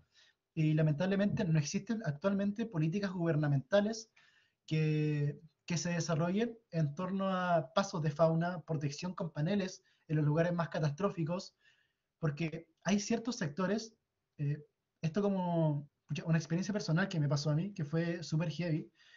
En el segundo viaje que íbamos haciendo, aproximadamente a la altura de, creo que del Maule, o a esa altura como de Temuco, íbamos en la Araucanía, encontramos literal una familia completa de lechuzas atropelladas en menos de 1 kilómetro. Encontramos a los dos padres y a los cuatro juveniles. Y el penúltimo juvenil que vimos atropellado ni siquiera estaba completamente emplumado. O sea, tenía la mitad de su plumaje ventral formado y la parte de abajo todavía ni siquiera la completaba. Ese polluelo, debido a condiciones humanas, ni siquiera pudo pasar su año de vida. Y encontramos a su familia completa atropellada en menos de 1 kilómetro. O sea, les encargo de que para mí cuando me enfrenté a eso fue súper fuerte, porque tú estás intentando defender algo, intentando combatir la comercialización ilegal, la caza ilegal, transmitiendo el mensaje de conservación ambiental, pero por algo de que muchas veces se escapa de tus manos, como es la colisión de vehículos, es lo que más está matando fauna hoy en día en Chile. Y lamentablemente, políticamente nadie se preocupa. Así que es algo en lo que nosotros debemos alzar la voz. Otro punto también es la cacería furtiva. Actualmente existe, se encuentra penada en Chile, pero existe. La comercialización también es muy aparejado de esto, pero esta cacería furtiva tiene un detalle, y es que se da muchísimo por la mitología, por la cosmovisión negativa que se genera en torno a las rapaces nocturnas. La persona de campo que lamentablemente no conoce la importancia de las aves rapaces nocturnas, si llega un concón, un tucúquere, una lechuza a pararse en el estacón al frente de su casa, lo que va a hacer es salir con el rifle a postones, un rifle real, una escopeta, lo que sea, con una onda, una piedra, y le dispara, lo mata. Solamente porque piensan que son malos, que son de mal agüero, que son dañinos. Eso es algo que se cambia con educación, porque por más que existan leyes que penen inclusive con multas de 1 a 100 UTM y perseguidos de menor a mínimo, la mentalidad de ese tipo de personas es muy difícil de cambiar porque está arraigada. Así que es solamente a través de educación que podemos cambiar este tipo de actitudes. Y otro gran causa antropocéntrica o sea, antropogénica que afecta a las aves rapaces nocturnas es el envenenamiento. Este envenenamiento se da sobre todo por la forma en la cual se realiza. Aquí solamente algunos ejemplos de algunos rodenticidas, y es que lo que ocurre es que los rodenticidas por lo general están hechos a base de anticoagulante, ¿ya? En este caso el difenacón o la warfarina, que son los más utilizados dentro de la industria de los rodenticidas, son anticoagulantes que inhiben que las hemorragias internas o externas que se generan dentro de un animal cierren, o sea, no dejan coagular la sangre. Lo que ocurre es que estos rodenticidas están con vidrio molido, es una pastilla de vidrio molido, ¿ya? O sea, muchas veces como que se romantiza colocando colores bonitos, una caja muy envasada o eficaz frente a ratas y ratones. Es vidrio molido con un anticoagulante. O sea, es una forma trágica, dolorosa, a nadie le gustaría morir de esa forma, pero actualmente es una política de derratización demasiado difundida. Y lo que ocurre es que ya, el anticoagulante no va a afectar a la ave rapaz si se come 1 o 2 ratones, pero si pasa 7 días comiéndose ratones con anticoagulante, lo más seguro es que lo afecte, se envenene y que al final termine muriendo. Porque también no solamente consumen el anticoagulante, consumen el vidrio molido del veneno que consumió el ratón. Es súper complejo este tema porque lamentablemente es la solución práctica y barata para un problema que nosotros también generamos, son las plagas de ratones, pero actualmente existen otras alternativas en el mercado. Por ejemplo, existe una empresa que se llama BTS Insight, no estoy haciendo promoción a nadie, solamente estoy mencionando el producto, que es un producto que se llama Rodol. Es un rodenticida hecho a base de celulosa y lo que hace es como hincharse dentro del estómago de los roedores y los mata por inanición. Sigue siendo una forma un poco trágica de muerte de un roedor, pero al menos así combates el tema de la plaga y no afectas a otras especies de fauna silvestre, ¿ya? Así que existen alternativas, se deben comenzar a aplicar y a difundir y nosotros estamos como ONG completamente a favor de que se utilicen esas alternativas. Y bueno, otra de las problemáticas antropogénicas que mencioné, que va muy vinculada a lo que es la caza furtiva, es el tema de la mitología. Mitologías como el tuté o el chonchón están vinculadas a las aves rapaces y a otras aves como por ejemplo el urco, en este caso el diucón, pero más a las aves rapaces nocturnas, porque las asimilan con que son brujas, con que se transforman. Es más, arriba hay una ilustración de cómo se transforma una lechuza en una bruja. O sea, son cosas que pasan, que se dan y que nosotros tenemos que intentar también transmitir el mensaje de conservación. No solamente yo como educador o la ONG o mi equipo del área de educación, sino que también ustedes, si tienen familiares en el campo, si conocen gente de sectores rurales, coméntenles sobre las aves rapaces, pregúntenle cuál es su percepción y enséñenles sobre qué tan importantes son, porque son importantes y eso es lo que vamos a ver ahora. Mencionar que, bueno, las aves rapaces nocturnas, al igual que las aves rapaces globales, son depredadores tope de la pirámide trófica y por lo tanto son especies paraguas. Especies paraguas en el sentido, o simbólicas, en que estando arriba de la cúspide de la pirámide trófica, como se alimentan de lo que está abajo, para que ellos se puedan alimentar y estar en buena condición corporal, lo de abajo tiene que estar sano y tiene que estar abundante. Así que en un lugar en donde hay aves rapaces nocturnas, significa que para abajo la pirámide trófica está estable o se mantiene en un equilibrio ecosistémico habitual, ¿ya? Porque si no, con la facilidad que posee la ave rapaz nocturna, pesca sus alas y se va a volar a otro lugar a buscar otro lugar de cacería. Así que son especies paraguas y depredadores tope. Y además son muy buenos controladores de roedores. Como les mencioné anteriormente, las rapaces nocturnas, sobre todo la lechuza, que es la mayor consumidora de roedores, es una muy buena controladora del ratón de cola larga. Obviamente lo mencionamos a ese en específico porque es el que está diagnosticado como el transmisor hacia los seres humanos del hantavirus, pero igualmente se dice que otros roedores también pueden llegar a ser transmisores, ¿ya? Pero las rapaces nocturnas nos ayudan a controlar los niveles de plagas que se generan en torno a estos animales, sobre todo en sectores como, por ejemplo, sectores rurales de la zona centro-sur de Temuco hacia abajo, en donde más se presentan casos de hantavirus, es gracias a las aves rapaces que no tenemos roedores corriendo por nuestro patio. Y eso es algo que tenemos que mencionar en los sectores rurales. Además, son controladores de especies nativas, o sea, mantienen el equilibrio en especies nativas, como aquí, por ejemplo, nuestro queridísimo y, y voraz chuncho cazando un chucao. Otra ave que es un tercio más grande que él, pero él no se hace en problema en capturarla, matarla y comérsela. Mencionar, ya finalizando un poco la presentación, que todas las aves rapaces se encuentran protegidas por ley. Si ustedes ven a alguien comercializando, capturando, teniendo, criando, matando aves rapaces nocturnas, lo pueden denunciar al Servicio Agrícola y Ganadero, a la Policía de Investigaciones, a Carabineros de Chile o al Departamento Jurídico de la ONG Aves Rapaces de Chile. Esto está respaldado por la Ley 19.473 y es algo que se encuentra penado por ley. Así que solamente me queda mencionar que si a alguno le interesa seguir participando de este como actividad que es educar y transmitir en torno a las aves rapaces, puede unirse a nosotros como ONG. Nosotros actualmente estamos conformados por un aproximado de 45 miembros, 100 voluntarios y 200 rescatistas a nivel nacional, así que siempre se necesitan manos en todo. Tenemos diferentes áreas: rescate, difusión, investigación, educación y recursos humanos, en las cuales ustedes pueden participar y nutrirse de toda la información y hacer carrera dentro de la ONG.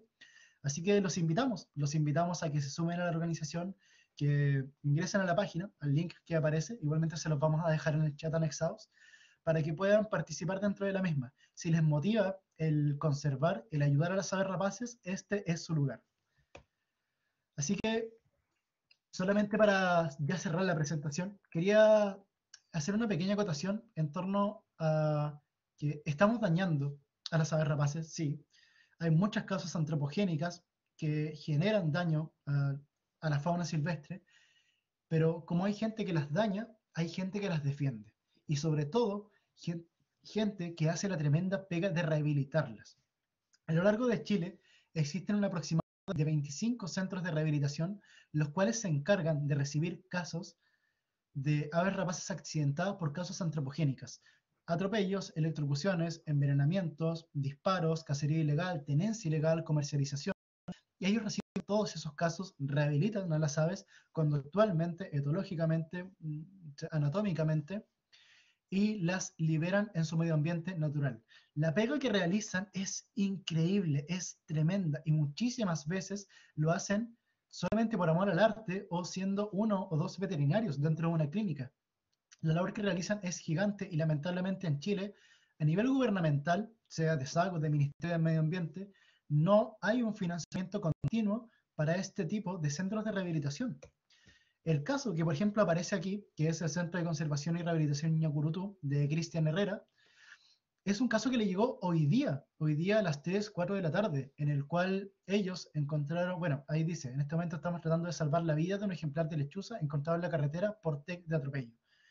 Es algo que pasa todos los días, pasó hoy día, y es una realidad que nosotros tenemos que enfrentar también y hacernos responsables como seres humanos, porque no es solamente el hecho de que les estamos quitando el ecosistema utilizando un determinado lugar, que es como la base, pero a pesar de que nosotros las defendamos, a pesar de que procuremos no dañarlas, igualmente lo hacemos en muchísimos casos por el solo hecho de ser seres humanos, o por el hecho de tener tecnología, o por el hecho de pertenecer a una determinada comunidad. Son cosas que pasan, que tenemos que asumir y que también tenemos que hacernos cargo de lo mismo. Así que si ustedes o si está dentro de sus posibilidades el ayudar como voluntario en un centro de rehabilitación, el aportar monetariamente, ayudar a difundir una publicación o inclusive de repente dar un mensaje de ánimo a los centros, sirve y sirve muchísimo.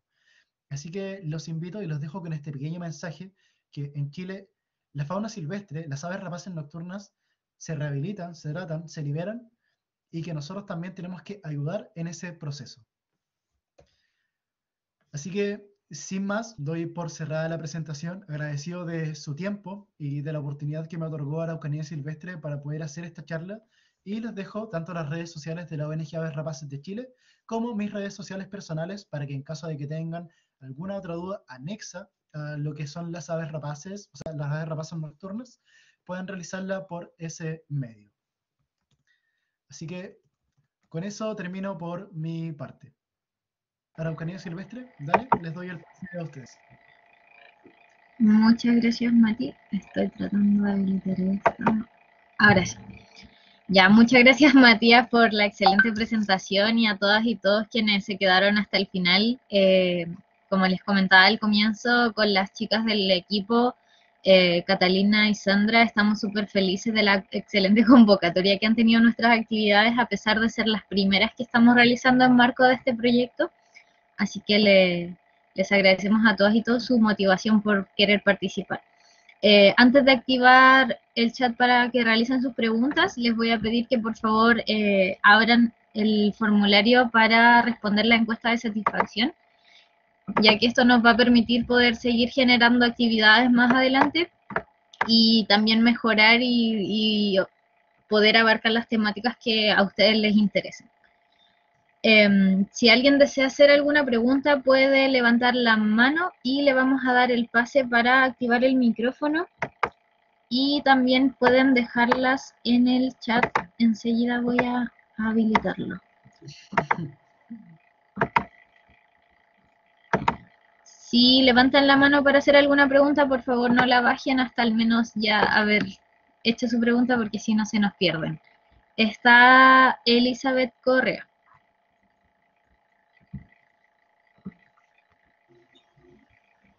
Hola, si yo quería hacer una consulta respecto, no conozco bien el concepto, si no me equivoco, cetreo se llama cuando usan aves rapaces para cazar, como controlar las poblaciones. Si no sé si puede hablar un poco de eso, y si eso cómo se regula y de dónde se obtienen esas aves.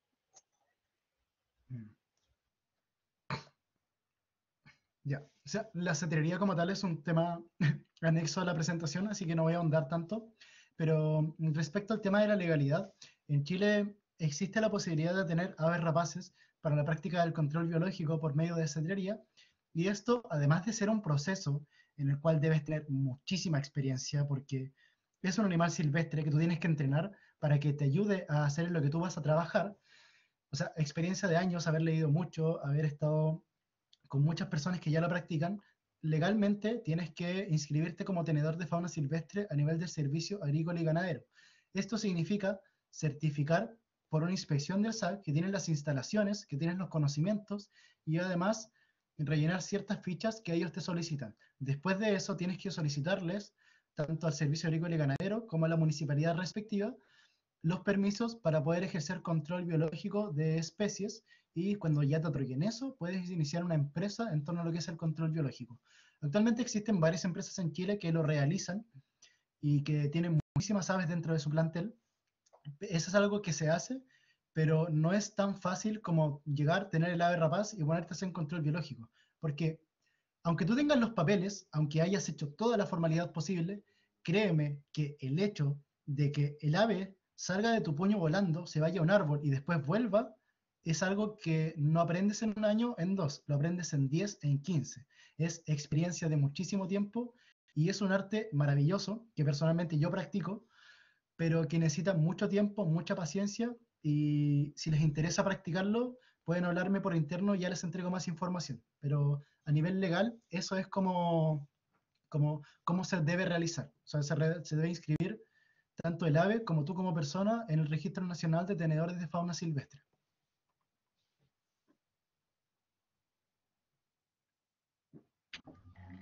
Muchas Muchas gracias, me gracias. encuentro de verdad súper interesante.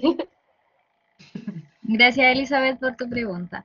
Nicolás Sotomayor en el chat nos pregunta si hay alguna razón del color amarillo en los ojos de algunas rapaces nocturnas. Mm. Sí, como mencioné dentro de la presentación, eso se debe sobre todo a la adaptabilidad evolutiva que fueron desarrollando respecto a en qué horarios ellos salían a cazar, ¿ya? El tucúquere, el pequén, el nuco, el chuncho inclusive, poseen la capacidad de cazar durante el atardecer o el amanecer, o inclusive aves como el pequeño, el nuco, cazar en épocas más tempranas de sol. Pero la lechuza y el concón están mucho más adaptados a la noche estricta, o sea, cuando está la noche caída y está todo completamente oscuro. Es simplemente una diferenciación de cómo se fueron adaptando como, ecológicamente a un determinado ambiente.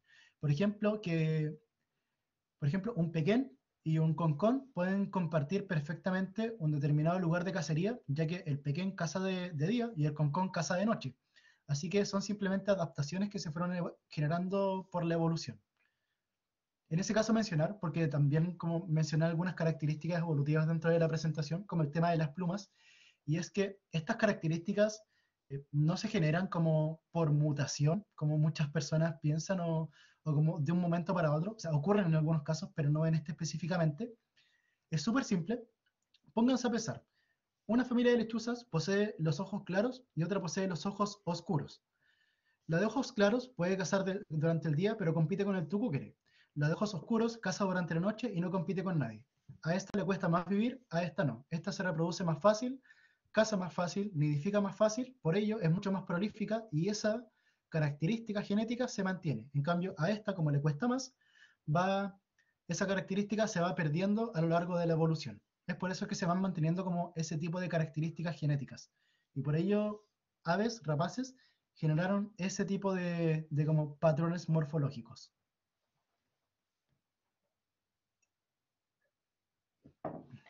Muchas gracias, Mati. Estaba la mano levantada de Matías Lazo.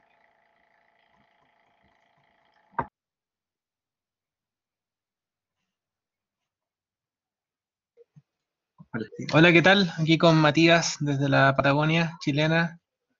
Un gusto a todos, muy buena la exposición. Y consulta la siguiente, Matías. ¿Qué pasa con la gallina ciega? ¿Por qué no está considerada dentro de las rapaces? ¿Solamente porque caza Ya. insectos? Me encanta la pregunta. Bueno, la gallina ciega está enmarcada dentro de las rapaces, o sea, de las aves de las caprimuliformes, y a pesar de que tiene características de como ser una rapaz, es más, no recuerdo, si me das 2 segundos lo busco, pero si no me equivoco, el nombre en inglés de la gallina ciega es como águila nocturna, una cosa así. Eh, Pucha, no lo encuentro, pero si no me equivoco, era Eagle. eagle algo, o como águila nocturna. O sea, se hace la similitud en algunos países de que es una rapaz nocturna, pero lamentablemente, a pesar de que tenga algunas características ecológicas, como por ejemplo salir de noche, tener comportamientos depredadores con, por ejemplo, insectos, no es completamente una rapaz por las conductas morfológicas que posee. O sea, no posee un pico totalmente ganchudo o no posee conductas depredadores totales hacia animales vertebrados. Y además no posee unas garras completamente prensiles y filosas. Así que es por esa razón que, además de estar catalogada filogenéticamente en otro taxón, no es considerada como ave rapaz. Pasa algo muy similar con Disculpa, los Matías, mira, predadores. acá encontré el nombre. Sí, Es Scissor-tailed Nightjar.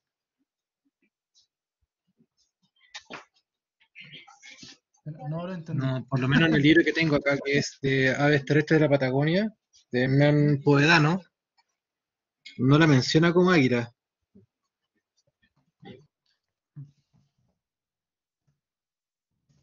¿Cómo la menciona en el libro?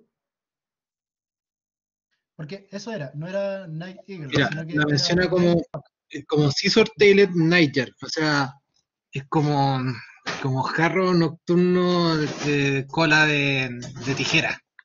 Sí, porque, mira, para que lo puedas buscar ahí, por ejemplo, si buscas Nighthawk en Google, además de aparecerte el F-117, el avión, te aparece Common Nighthawk, que es una gallina ciega europea. O sea, en esos lugares se les conoce como Nighthawk, o sea, águila nocturna, o sea, halcón nocturno.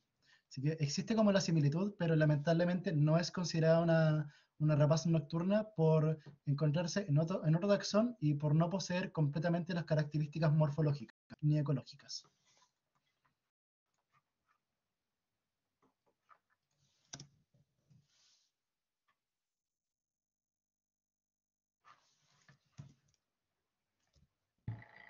Está la mano levantada también de Matilde y luego voy a leer algunas preguntas del chat. Hola, buenísimo. Primero, gracias porque creo que aprendí otro demasiado. Estamos muy felices aquí en familia viendo esto. Quería preguntarte, Martín, tu opinión y si es favorable algunas recomendaciones respecto a la instalación de elementos que puedan ayudar a impulsar a instalar, como a consumir o formar sus casas. Es algo que he visto tanto en YouTube que algunas personas han estado haciendo en bosques y no sé, eso que opinas. Escucha, mira, te escuché súper cortado el audio. No sé si existirá posibilidad de que escribas la pregunta y lo leo, porque no entendí muy bien. Sí, sí, sería ideal, por favor, Matilde, ya que se escucha como muy saturado. Pero puedes dejar la pregunta y vamos a leerla a continuación. Y mientras tanto, Andrea preguntaba sobre el nombre del veneno de ratón que se recomendaba. Mira, voy a dejar el nombre,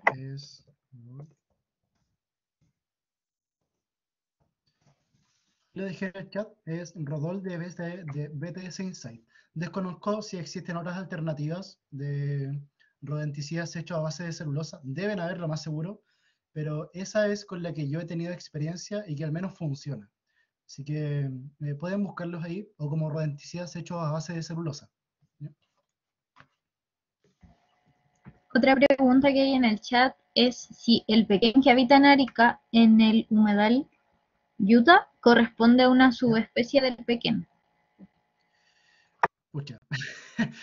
Mira, geográficamente estoy súper perdido de dónde queda eso. No sé si es en Arica o afuera de Santiago, pero, pero en Chile existen dos subespecies de pequén, o al menos las registradas. Existe una tercera, pero hay solamente un registro. La primera es la cunicularia cunicularia y la segunda es cunicularia nanodes, ¿ya? Así que en ese caso es por distribución el tema de las subespecies. La tercera subespecie, si no me equivoco, es la junierensis o juniesensis, no recuerdo exactamente cómo era el nombre, pero creo que hubo un solo registro y al final como que era como un registro esporádico y por lo cual no se consideró una subespecie residente.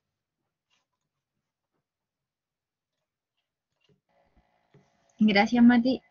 Antonia pregunta, ¿cómo está el estado de conservación en general de las aves rapaces nocturnas en Chile?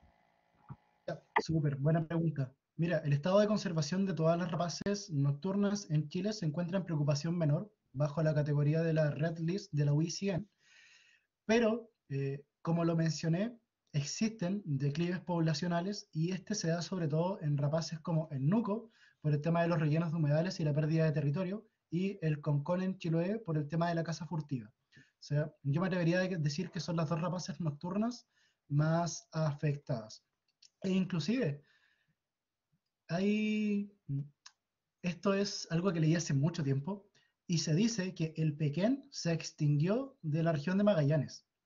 Se dice que hay registros, no fotográficos en ese tiempo, pero sí redactados, de algunos investigadores que documentan ver a Atene cunicularia, o sea, haber visto a Atene cunicularia en Magallanes, y que lamentablemente por la producción ovina que se comenzó a generar durante el siglo XX, las madrigueras de pequeños fueron aplastadas y nunca más se volvió a ver uno. Hoy en día tenemos la distribución del pequeño solamente hasta los lagos, pero está ese dato curioso de que en 1925, 1920 hubo pequeños en la región de Magallanes. Así que eso como una especie que los seres humanos extinguimos en un determinado lugar, el pequeño de Magallanes. Que lo más seguro es que haya sido una subespecie aparte de las que tenemos hoy en día.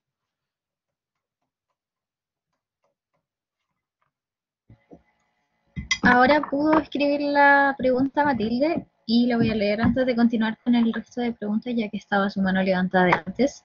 Dice, agradecidos sean familia desde Panguipulli de poder aprender tanto. ¿Qué opinas sobre la instalación de cajas u otros elementos para facilitar que lechuzas u otras rapaces puedan habitar? Ya. Considero, y esto lo digo bajo estudios que han realizado organizaciones como organizaciones norteamericanas como la Barn Owl, que es una de las más grandes que se dedica a hacer cajas nido y a proteger a la lechuza americana, que es beneficioso siempre y cuando se haga bien. Considerando que hoy en día, sobre todo por temas de deforestación, hemos destruido gran parte de los sectores de nidificación de las rapaces nocturnas, entregarle estas oportunidades de nidificación es súper beneficioso para la proliferación de estas especies. Pero, ¿por qué digo que se tiene que hacer bien? Porque no pueden ser, por ejemplo, no sé, casas nido de color rojo. ¿Por qué? Porque los depredadores, como por ejemplo un felino silvestre o un felino doméstico asilvestrado, van a saber que en esa caja de nidificación de color rojo van a haber polluelos de lechuza, así que va a entrar, los va a sacar y los va a matar, se los come.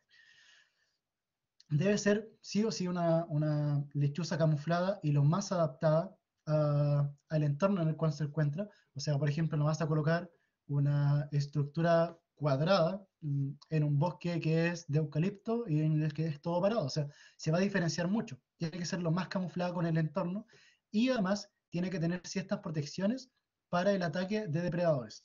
Me refiero a, por ejemplo, una plataforma de alimentación en la cual el padre pueda dar de buena forma el alimento a sus polluelos. La plataforma tiene que estar de tal forma, o sea, la entrada tiene que estar de tal forma que la madre ingrese y descienda y no que ingrese directo a la cámara donde están los polluelos para que algún otro depredador no los pueda atacar. Y además, en la parte inferior, en la base del árbol, tiene que haber sí o sí una malla o una reja de protección para que no suban depredadores al árbol. ¿Ya?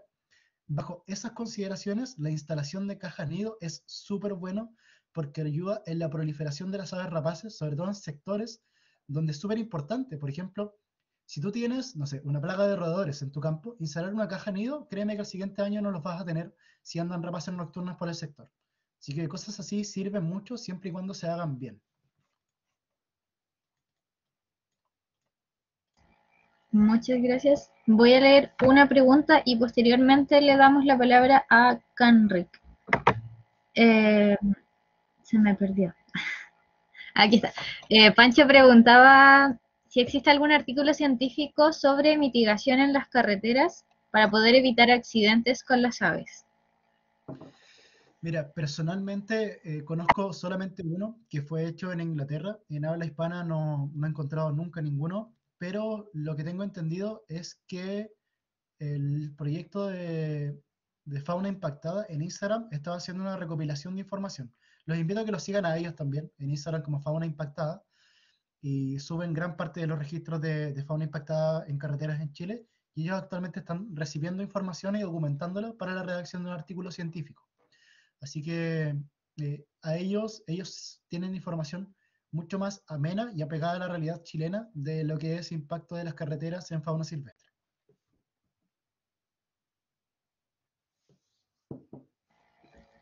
Ahí después igual vamos a compartir esos datos a través de nuestro Instagram.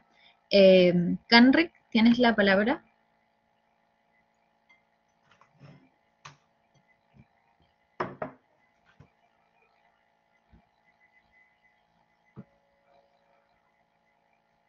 No sé si puedes activar el micrófono.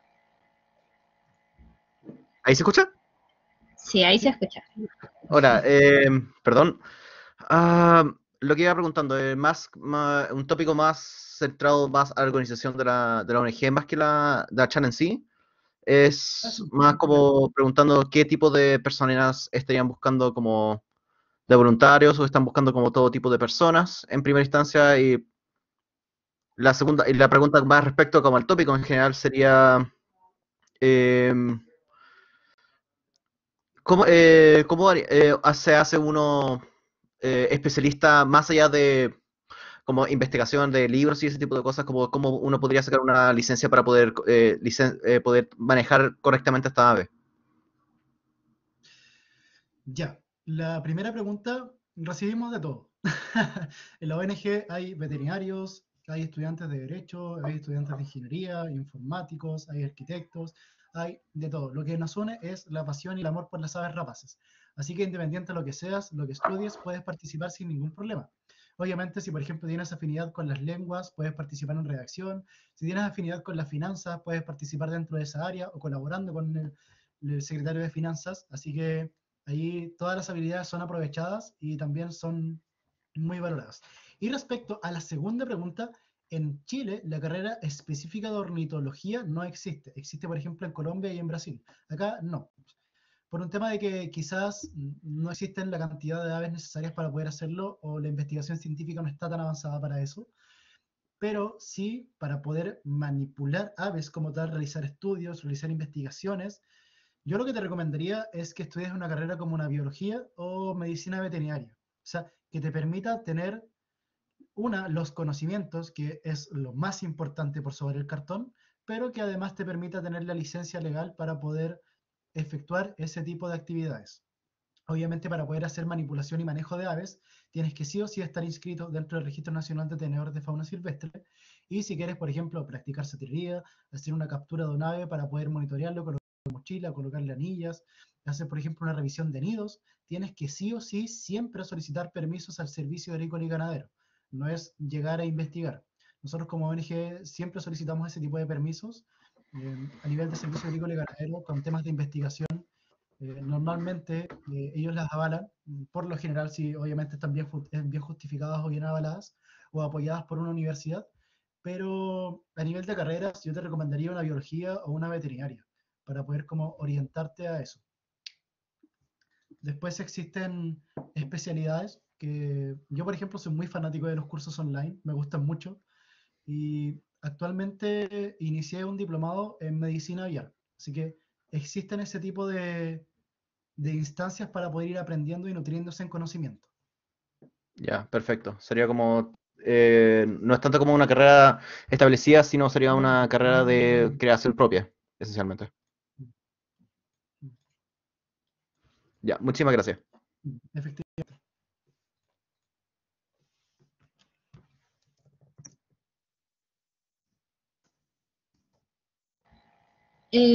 Ayelen consulta cuál es el radio de distribución local de las rapaces nocturnas. Súper variable. Normalmente se establece la relación que mientras más grande sea un ave rapaz, mayor territorialidad utiliza. ¿Ya? Eso puede ir desde 1 kilómetro a la redonda, por ejemplo, un chuncho, hasta 10 kilómetros a la redonda un tucú, que es un nuco. Así que, pero es súper variable. Pero se puede utilizar como esa relación. Y obviamente también varía porque, por ejemplo, lo que hacen normalmente las aves rapaces es que tienen un territorio de reproducción y en el mismo territorio de reproducción cazan. Pero si, por ejemplo, el territorio de reproducción es muy bueno porque las protege, pero es malo en el sentido de que no tiene tanta abundancia de presas, lo que hacen es irse a otro territorio de cacería. Así que en ese sentido, también el territorio fijo es uno y un territorio variable de cacería puede ser otro. O sea, en un día puede cazar en un lugar, después irse a otro, a otro, a otro. Así que es variable. Pero está como esa relación de mientras más pequeña sea la ave rapaz, menor territorio utiliza y mientras más grande sea, mayor.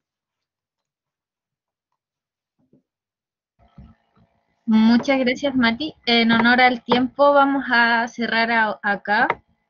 Esperamos que al menos la mayor cantidad de sus preguntas se hayan podido resolver. Nuevamente les voy a pedir que por favor quienes continúan en la plataforma puedan responder la encuesta de satisfacción, ya que esto nos ayuda mucho para poder seguir haciendo futuras actividades. Y bueno, ahí no sé si pudiste revisar el chat, pero hay mucha gente entregándote también sus agradecimientos y las felicitaciones por la excelente presentación. Varios miembros de ARC también aquí haciéndose presentes como siempre. Así que les saludamos igual a todas y todos. Cualquier duda, cualquier consulta también se pueden dirigir a nosotras en nuestro Instagram, araucanía-silvestre, o a nuestro correo electrónico, que es donde mismo les hicimos llegar el enlace para la actividad de hoy. El próximo jueves, la próxima semana, vamos a tener una jornada con Kevin Arriagada, presidente de la ONG Aves Rapaces de Chile, sobre técnicas de observación de aves, así que para que puedan asistir también en esa ocasión, lo vamos a estar anunciando a través de nuestras plataformas y esperamos que también puedan asistir. La grabación, lo más probable es que va a estar disponible mañana, si no máximo pasado mañana, en YouTube, y la vamos a subir a nuestro Linktree para que la revisen. Igual siempre lo publicamos en el Instagram también cuando está disponible, y lo voy a enviar por si acaso. Así que sin más que agregar, vamos a dar por cerrada la sesión.